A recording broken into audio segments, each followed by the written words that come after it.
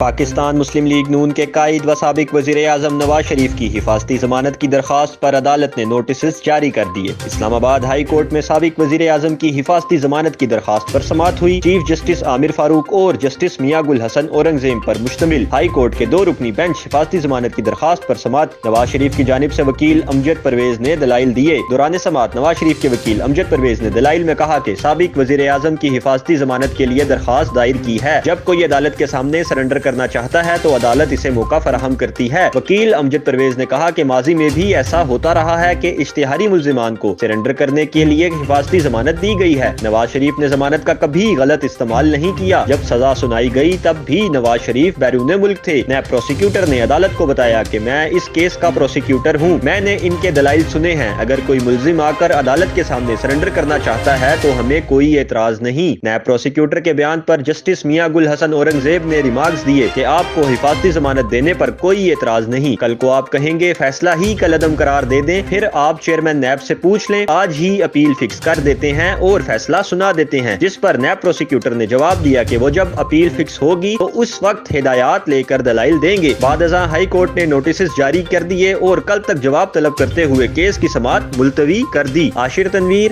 حق نیوز، اسلام آباد۔